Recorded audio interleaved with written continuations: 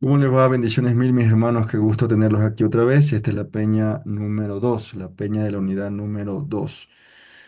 Vamos a comenzar con las preguntas rápidamente para que las puedan verificar. La pregunta 2A: ¿qué hacía la gente cuando era bautizada por Juan? ¿Se arrepentía de sus pecados? Pregunta 1B: confesarlo a Dios. Pregunta 2, Salmos 51 y 32. Pregunta 3, a Dios. 3B, porque el pecado siempre es contra él. Pregunta 4, cuando lo hemos afectado. Pregunta 4B, restitución. Pregunta 5, salud física y espiritual. Pregunta eh, 5 mismo, restaurar comunión con Dios, restaurar comunión entre los hermanos. 6, si yo le cobro 5 centavos. Bueno, esta 6 es un poco subjetiva, ¿no? Ustedes pueden poner un ejemplo personal o hipotético. Pregunta 7, tener una larga lista de pecados inconfesos o no confesados. Pregunta 7B, alejarnos de Dios, afecta nuestra salud física y espiritual, crea una barrera con los hermanos. Pregunta 2B, em, confesión liviana,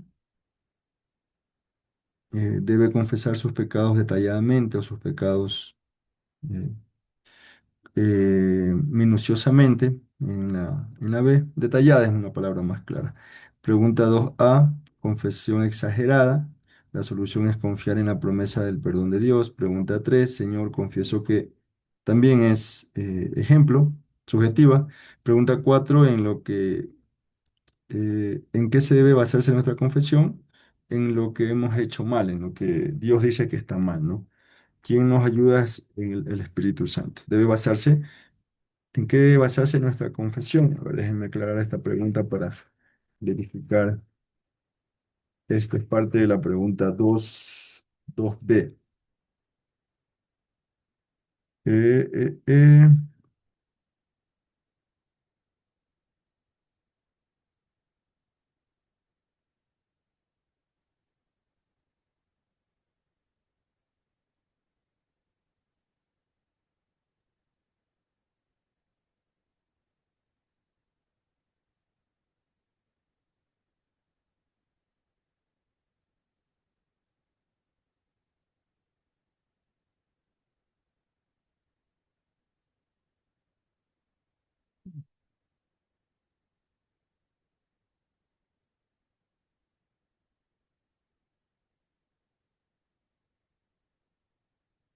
bueno, en este sentido, la pregunta está correcta, ¿no?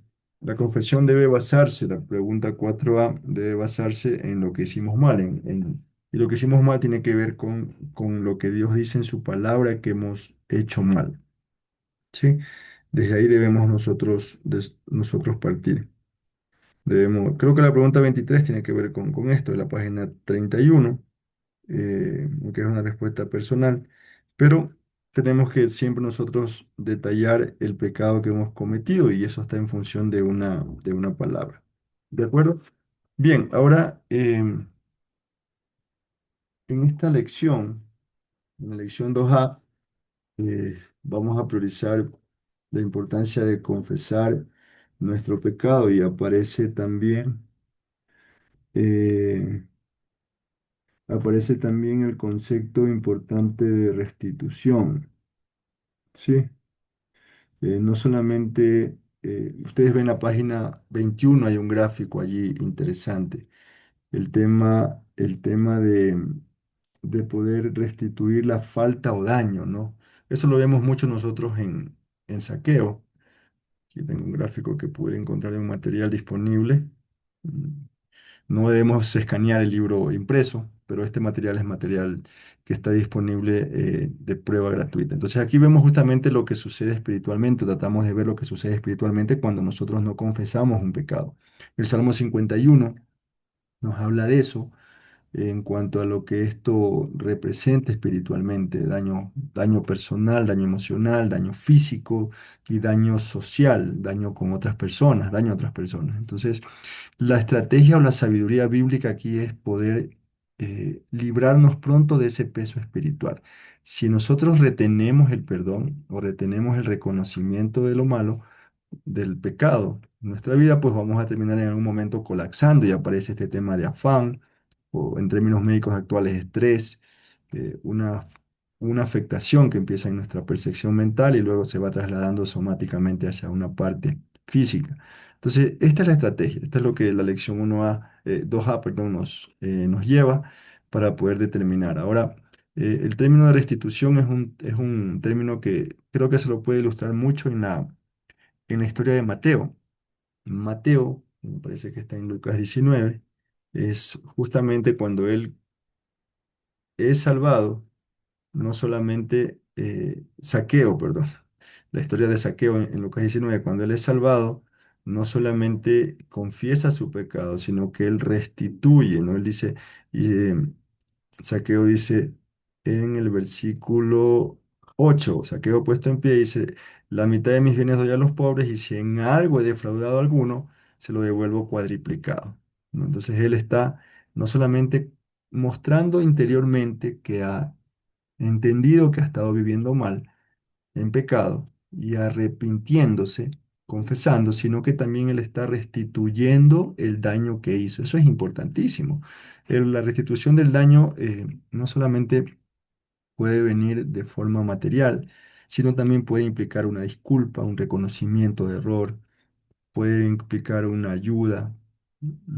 La idea es que usted confiese a Dios, pero también tenga una relación adecuada, como dice este gráfico, con su prójimo. Recuerden que el mandamiento es amarás a Dios con todo tu corazón, tu mente, tu alma, pero al prójimo también como a ti mismo. Entonces en esta lección vemos eso, vemos que la restitución es parte importante de la evidencia del fruto. La restitución es parte importante de la evidencia del fruto. Entonces no hay que tener cuentas largas con Dios, sino que hay que tener cuentas cortas, es decir, confesar inmediatamente, ¿no? Entonces aquí caemos en una situación en cuanto a confesión liviana y confesión exagerada. A veces ya Dios nos ha perdonado, pero nosotros mismos no queremos perdonar. Esto lo vamos a ver en la siguiente unidad, en la siguiente lección.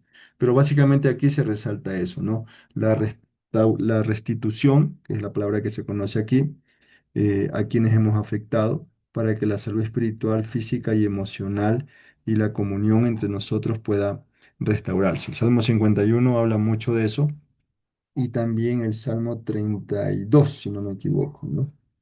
Que son de David también. Entonces, esto es lo más importante de esta lección, mis hermanos. La premisa aquí es poder tener cuentas cortas con Dios.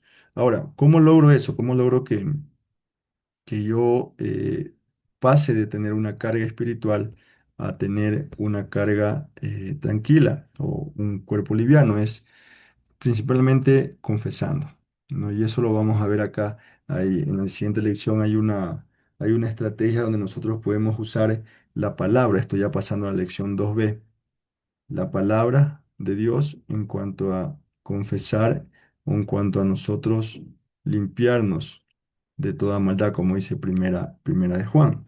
Entonces, en la lección 2B, lo que nos lleva este módulo es a poder diferenciar una estrategia donde la Biblia se convierte en nuestra herramienta para poder identificar, como un espejo, identificar dónde tengo yo una área de confesión y cómo puedo yo identificar ese pecado, o sea, cómo puedo limpiarme de ese pecado. Gran parte de las estrategias que yo a veces estoy viviendo en pecado porque desconozco, o sea, puedo desconocer yo que estoy pecando. Entonces, básicamente el pecado ocurre en pensamiento, en palabra audible o no audible, en acto y en omisión. Entonces, la base bíblica que está aquí, pues en la unidad, en la lección, nos lleva a diferenciar esas cuatro áreas principalmente. Yo tengo que identificar el pecado, detallar el pecado, comprometerme a no volver a caer en eso y creer que eso lo puedo, creer que yo soy perdonado. Entonces, si yo no confieso el pecado, estoy cayendo en un tipo de confesión liviana, que es lo que la lección nos lleva, ¿no? O sea, no puedo decir, Señor, perdóname porque he pecado. No, Señor, perdóname porque yo eh, no estoy cumpliendo mi rol como padre adecuadamente. Tú mandas en tu palabra, en tu proverbio, que instruyamos al niño en su camino. para que no se aleje de Él. Yo estoy colapsado con trabajo, colapsado con muchas situaciones y estoy omitiendo ese pecado. Entonces, Padre, perdóname en el nombre de Jesús. Un ejemplo, ¿no? De un área. Lo mismo para nuestras relaciones interpersonales, nuestro tiempo de oración, por ejemplo, orar sin cesar de 1 Tesalonicenses 5. Si yo veo que no estoy orando, pues ese es un área de confesión. Y así, o sea, todo esto entra en el campo de la santidad ya, ¿no? Ya yo soy salvo por gracia, pero ahora tengo que desarrollar una vida santa y no se puede hacer eso si yo tengo pecado en mi vida, ¿sí? La palabra, hay una serie de versículos en la pregunta 10 de la página 29, donde, donde yo puedo reconocer algunos principios que me permiten a mí identificar áreas de confesión, ¿no? Entonces siempre recordemos eso, el tema primero. Confesar es parte importante de la santidad, de la limpieza espiritual. Sí, y la confesión debe ser equilibrada. No, no puedo yo ser demasiado liviano ni tampoco ser demasiado exagerado. Ya si ya he pedido perdón en arrepentimiento por un pecado, pues debo creer en fe que Dios me ha perdonado. Pues, ¿ok? Ahora, no soy experto yo porque la Biblia dice que somos pecadores todos y que nuestro corazón es engañoso. Entonces, la palabra de Dios es mi espejo que me ayuda a reflejar lo que mi vida tiene que confesar. Equilibradamente yo voy escudriñando la palabra y voy identificando áreas de mejora, ¿no? Me topo con Santiago 5:17, por ejemplo, el que puede hacer lo bueno y no lo hace, le es pecado. Ok, yo he vivido hasta ahora con ocasiones donde he podido hacer algo bueno y no lo he hecho. Entonces, Señor, hoy entiendo y confieso, hoy entiendo que yo debo pedir perdón por esto. Tu palabra dice que eso está mal, que eso está mal. Entonces, confieso y me comprometo a dejar de hacer eso.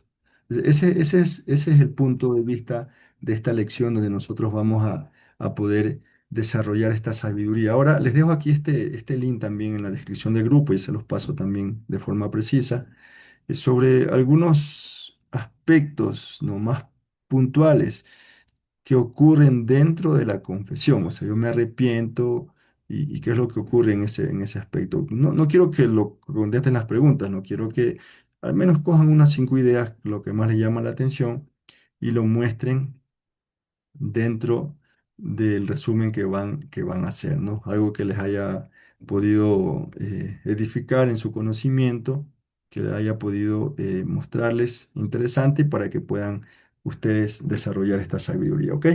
Entonces, mis hermanos, hasta aquí la peña número 2, la peña número 3 ya la vamos a hacer sincrónica, Dios mediante. Ya les envío las indicaciones en el grupo por este aspecto, ¿sí? Bendiciones mil, un abrazo.